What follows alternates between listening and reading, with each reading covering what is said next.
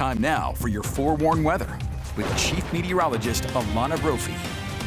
Well, the weather a lot calmer than what's going on in West Valley City right now. Very much so. Nice.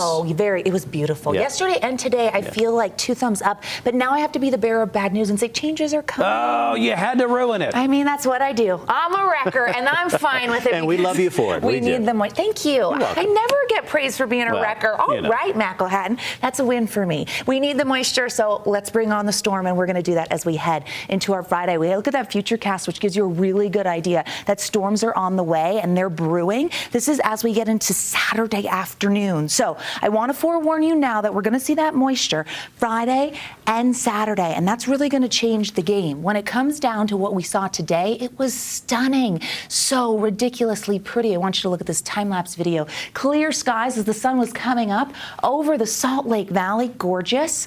Southwesterly flow was out there. We told you the winds were going to pick up, and since they did, we saw temperatures above average. Brought a little more moisture in the way of cloud cover as we made it into the afternoon and evening, and we're going to see more cloud cover as we roll into tomorrow. Satellite radar shows that southwest flow in motion. Moisture on the move to our west. We know a cold front's going to impact us for the close of the work week. That's going to bring some changes. Gusty winds ahead of it, wet weather with it, and then behind it. Black Desert sky cam in the southwestern corner of the state, pretty as ever.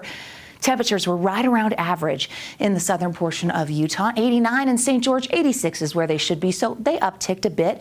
Topped out at 84 in Salt Lake. That's 11 degrees above where we typically are this time of year. So we had that warmth, and that was due to that southwest flow. Upper 70s in Cache Valley, 80s on the eastern side of the state. We were cooking. Yesterday, we were just average. Today, we said, nope, we're going to go above it. We don't get to stay that way, though, with big changes in the forecast. Mild as we get through. ABC4 News at 10. Typically, this time of year, 73 is the daytime high. So seeing upper 60s as we close out the news, you know something is going on. 65 for the overnight with partly cloudy skies. We've got more cloud cover on deck as we head into tomorrow morning, and that's due to our southwesterly flow. We've got an area of low pressure, counterclockwise rotation around it. That's grabbing moisture, and it's funneling it in to northern and central Utah. So by the time you wake up tomorrow morning, you're going to see more cloud cover, and that moisture potential is going to lead to decent thunderstorms as we head into tomorrow.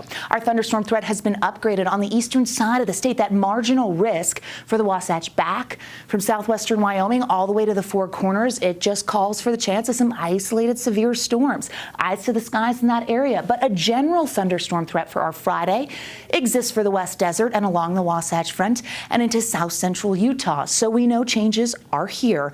Futurecast walks us through those red lines. That's our southwesterly flow. Here comes the front. More cloud cover by tomorrow morning. Then we start to really get things cranking. We see that southerly flow, meaning temperatures will build. Here are the storms that develop 8, 9 p.m. along that frontal boundary. We're talking about thunderstorm potential. And then behind it, the wind direction changes and we get more widespread wet weather. Heading into our Saturday, that moisture holds on into Cache Valley and along the Wasatch Front.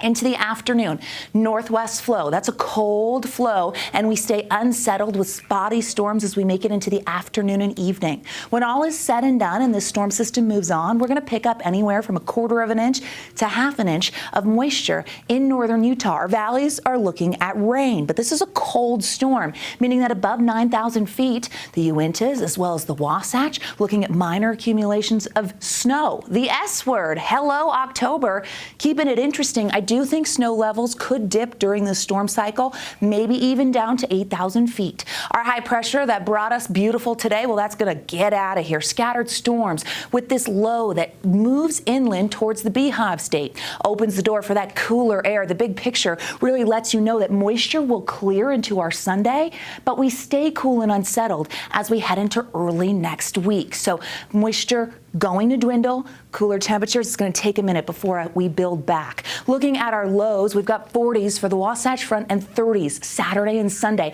This is following the cold front, meaning, whoa, we get a blast of cooler air.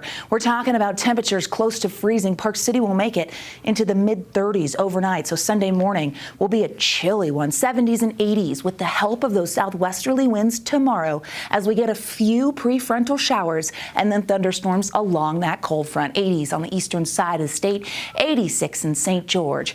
Here's a check on the next 7 days in Washington County. You know, it's going to be dry.